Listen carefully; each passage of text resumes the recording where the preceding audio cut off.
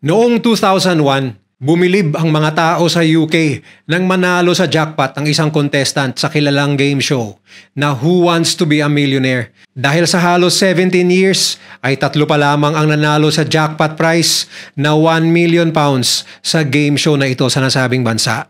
Ngunit ang hindi alam ng mga tao sa studio at mga nanonood sa telebisyon ay hindi pala ginamitan ng talino ang kanyang pagkapanalo, kundi dinaan niya sa lakas ng loob at pandaraya. At kung paano niya ito isinagawa ay dahan-dahang mabibisto sa paglalim ng investigasyon. Ito ang kanyang nakakamanghang true story. Mr.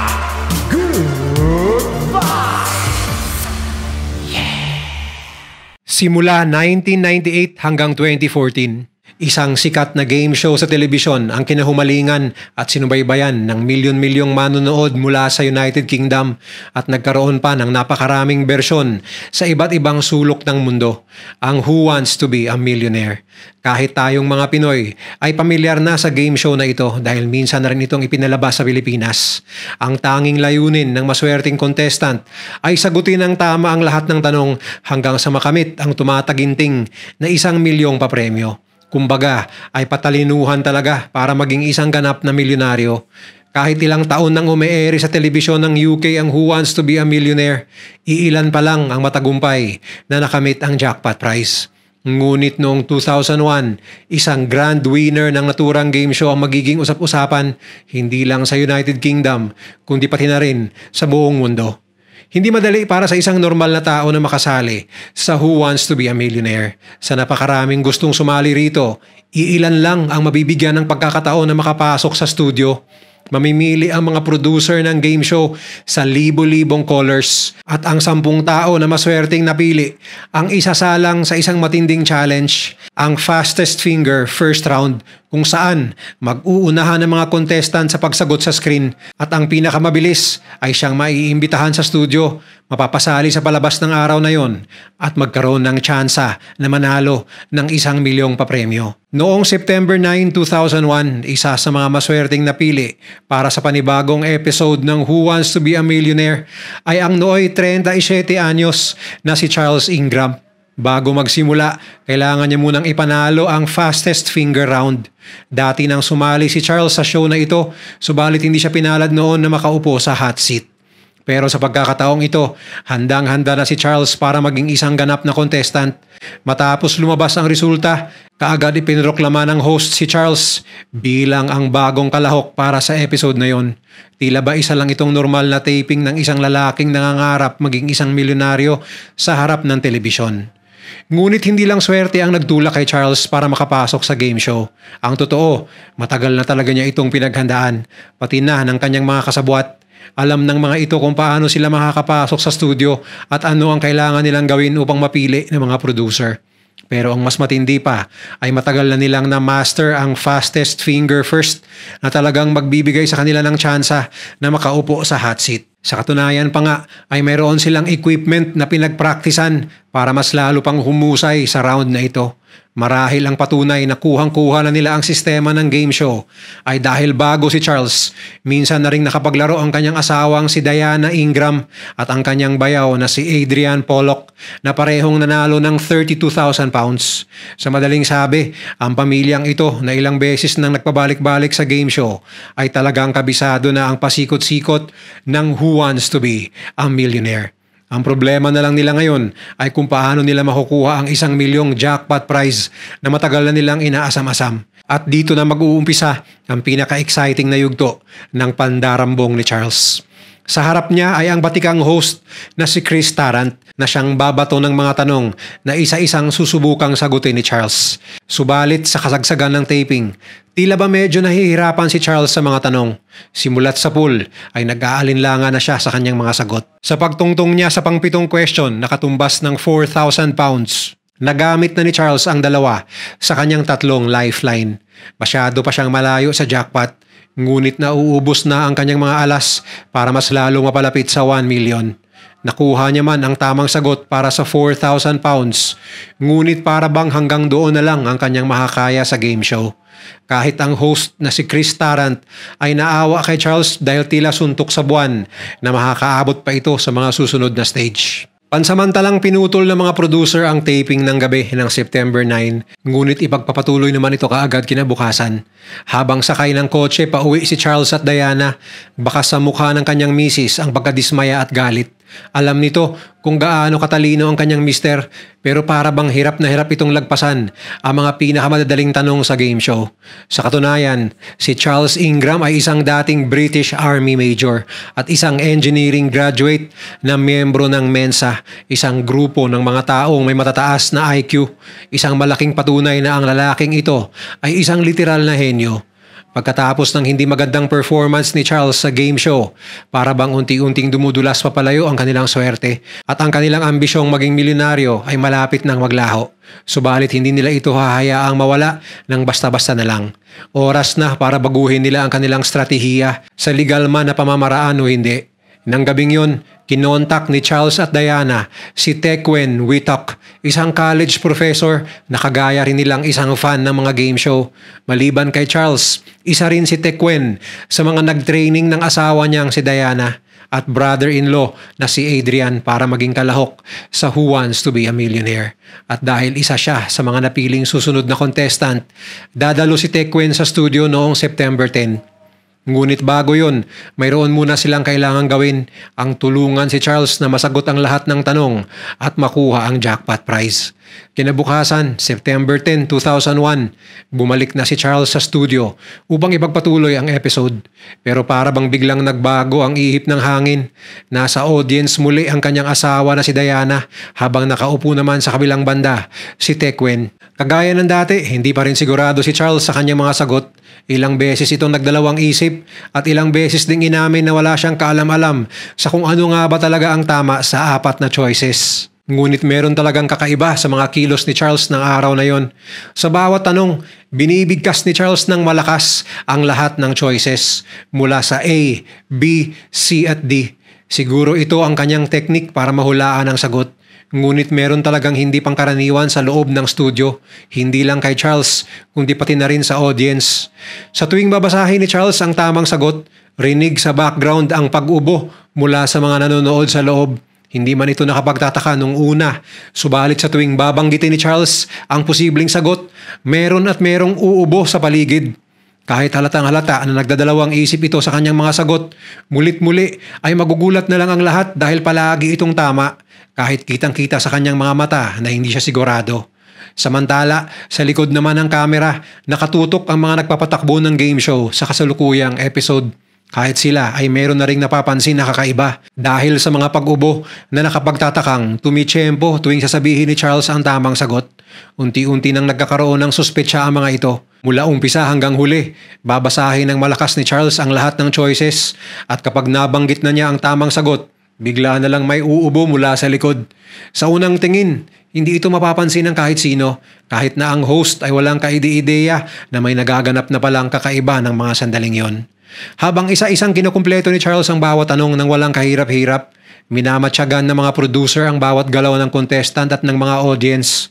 Tuwing mayroong taping, hindi lang ang host at contestant ang tinututukan ng camera at mic dahil pati ang audience ay nahahagip rin ito. Kaagad ipinatawag ng mga producer ng Who Wants to be a Millionaire ang isang sound technician upang kumpirmahin kung mayroon bang nangyayaring dayaan at para maiwasang mabulilyaso ang kanilang investigasyon, ipinagpatuloy lang nila ang taping ng naturang episode. Kung dati ay hirap na hirap si Charles na abutin ang 4,000 pounds, abay parang naging sisiw na lang ang pagsagot sa mga sumunod na tanong.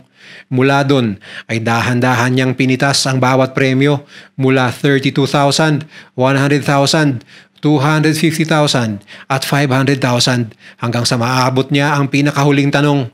Ang tanong na magbibigay sa kanya ng 1,000,000 kapag naibigay niya ang tamang sagot. Tulad ng dati ay kunwari nahihirapan pa ito at hindi sigurado sa tamang sagot. Ngunit matapos banggitin ng malakas ang choices, ay nasagot na naman ni Charles ng tama ang huling tanong na magbibigay sa kanya ng tumataginting na 1 million pounds o katumbas sa pera natin ngayon sa mahigit 77 million pesos depende sa current exchange rate. Pero kagaya ng dati ay nahagip pa rin ng mga mikropono ang mga kadudadudang pag-ubo. Baka sa mukha ng dating Army Major ang saya dahil sa wakas, isa na siyang ganap na milyonaryo. Kasama ang kanyang misis, Masayang-masaya si Charles habang tinatanggap ang 1 million na tseke mula kay Chris Tarrant. Subalit panandalian lamang ang selebrasyong ito dahil huling-huli na sila sa akto.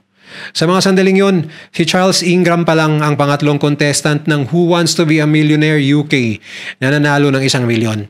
Pero hindi niya makukuha agad-agad ang pera dahil kailangan pa itong iproseso ng kumpanya na nagpapatakbo sa game show sa loob ng 1 linggo. Habang tuwang-tuwa si Charles sa kanyang napanalunang limpak-limpak na salapi, naging abala naman ang mga sound technician at ang CEO ng palabas na si Paul Smith sa pag-iimbestiga ng posibleng pandaraya.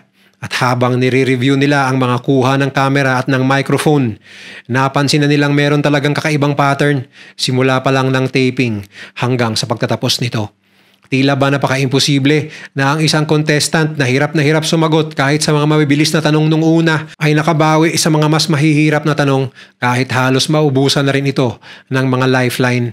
Ayon sa statistics, kung pagbabasihan ng naunang performance ni Charles, mayroon lang sana itong 0.003% para manalo. Alam ng mga tao sa likod ng game show na hindi pwedeng nagkataon lang ang mga pag-ubo mula sa audience at ang pagpili sa tamang sagot. Dahil dito, kaagad itong inireport ni Paul Smith sa mga pulis. Kasabay nito ay tinawagan niya rin si Charles Ingram, ang mismong contestant na pinaghihinalaan nila ng pandaraya upang ipagbigay alam sa kanya na meron silang mga pagdududa tungkol sa nangyaring taping kaya't pansamantala muna nilang i-hold ang tseke. Hindi man nila diretsahang pinaratangan si Charles, ang mga pulis na mismo ang umaksyon upang pagtatagpi-tagpiin ang lahat ng mga ebidensya. Mga ebidensyang kalaunay nag-udyok sa isa sa mga pinakakontrobersyal na kaso sa United Kingdom. Pagkatapos ng halos 1.5 taon noong 2003, ang investigasyon ay tuluyan ng naging isang opisyal na paglilitis. Sangkot sa kasong ito, sina Charles at Diana Ingram, pati na ang isa pa nilang kakuntsaba na si Tequan Whittock. Sa kasagsagan ng paglilitis sa korte, pumutok ang mga pangalan ng 3 inakusahang nandaya sa pinakamalaking game show sa bansa ng mga panahong yon. Kalat na kalat talaga ang kanilang mga mukha sa dyaryo, internet, pati na sa mga kalsada. Sumikat sila noon, ngunit sa maling dahilan. Dahil sa mga ebidensyang ibinigay ng mga producer ng game show, di kalaunan ay natagpuan pa ring may sala ang 3 akusado. Pero dahil pare-pareho silang walang mga criminal records, hindi sila ikinulong sa bilangguan sa isang kondisyon na hindi sila lalabag sa batas sa loob ng 2 taon. Ngunit kahit nabuo na ang hatol ng korte, hindi pa rin inamin ni Charles at Diana ang mga paratang. Anila, wala silang ginawang iligal, hindi sila nandaya at nanalo sila sa game show ng patas. Dagdag pa nila ay talagang nagkataon lang ang mga pag-ubo, lalo na't pabalik-balik ang ubo ni Tequan mula pa man noon at makati lang raw ang lalamunan ni Diana habang nasa loob ng studio. Para kay Charles, ito ay isang malaking kahibangan at para bang pinagkaitan sila ng pagkakataon na maging milyonaryo. Sa kanilang bersyon, sila ang biktima sa kasong ito. Gayunpaman, pinal na ang hatol at talagang napatunayang may sala si Charles, Diana at Tequan. Dahil sa nangyari, ang mag-asawang Ingram ay naging isa sa mga pinakakinamumuhi ang tao sa UK ng mga panahong yon. Ngunit habang binabalahura at pinag-iinitan ng sambayan ng tao sina Charles at Diana, isang grupo naman ang palihim na pinagsamantalahan ang sistema ng Who Wants to be a Millionaire sa loob ng maraming taon. Si Paddy Spooner ang pinakaunang tao na naging kalahok ng iba't ibang bersyon ng naturang game show. Noong 1999, nanalo ito ng $250,000 sa Australia. Sa kasunod na taon, nanalo ito muli ng £250,000 sa UK at noong 2002 ay nanalo na naman siya ng €1,000 sa Ireland. Nakapagtataka kung paano niya ito nagawa. Ngunit inilantad ni Paddy na na-master na niya ang paraan ng pagpasok sa game show at ang mas matindi pa rito ay kaya niyang manalo ng limpak-limpak na salapi nang hindi nandadaya. Si Paddy ay hindi nakapagtapos ng kolehiyo, ngunit noon pa man ay mahilig na ito sa mga trivia at game show. Ang kanyang pinagsamang katalinuhan, pagiging tuso at ang mabilis na mga kamay ang palaging nagdadala sa kanya sa Who Wants to be a Millionaire. May tuturing na siyang eksperto sa ganung larangan, ngunit pagkatapos ng 3 beses na pagsali roon, naisipan ni Paddy na panahon na para mas palawigin ang kanyang talento. Sa tulong ng isa pang taong kagaya niya, si Keith Burgess. Maraming tao na ang natulungan ni Keith na makasali sa Who Wants to be a Millionaire, kapalit syempre ng malaking bayad. Kalaunan ay naging magpartner si Paddy at Keith at binuo ang isang underground na grupo na binansagan nilang The Consortium.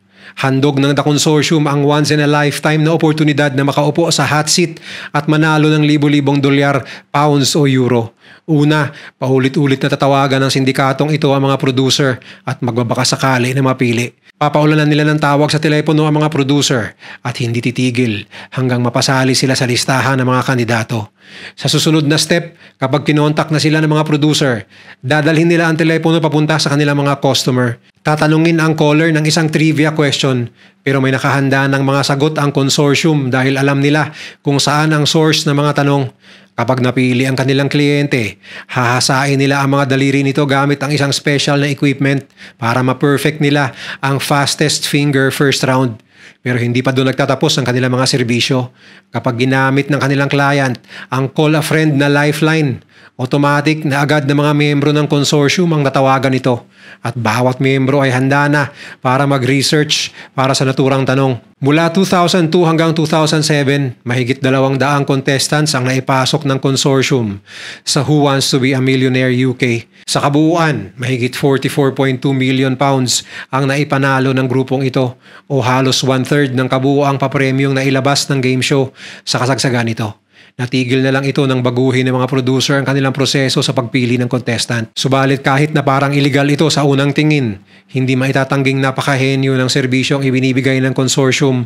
Ngunit habang umuunlad ang consortium at paulit-ulit na nananalo sa game show, sa legal ngunit sikretong paraan, hindi naman ganun kaganda ang nangyayari sa mga buhay ni Charles, Diana at Tequin. Palagi silang hinaharas at pinapahiya sa publiko. At hindi na nila kinayang mamuhay ng normal. Nakatanggap sila ng samot-saring death threats sa loob ng maraming taon. Hindi lang yun, dahil kahit ang kanilang pamilya ay lubhang naapektuhan na rin. Harap-harapan silang hinahagisan ng mga basura, pero ang pinakamalala ay nang mabuli na ang kanilang mga anak sa eskwelahan at naging ganito ang araw-araw nilang pamumuhay ng ilang taon. Bagamat hindi man sila nakulong, ay mas matinding parusa naman ang ipinataw sa kanila ng publiko. Ngayon, tahimik nang namumuhay si Charles at Diana sa UK. Subalit kahit na lumipas na ang mahigit 2 dekada, iginigiit pa rin nila na kailanman ay hindi sila nandaya. Ikaw, ano ang opinion mo sa kanilang ginawa? Kung nagustuhan mo ang video na to, share mo naman sa iba at mag-subscribe ka na rin. Panoorin mo na rin yung mga videos na nasa kanan para lalo pang maubos ang oras mo.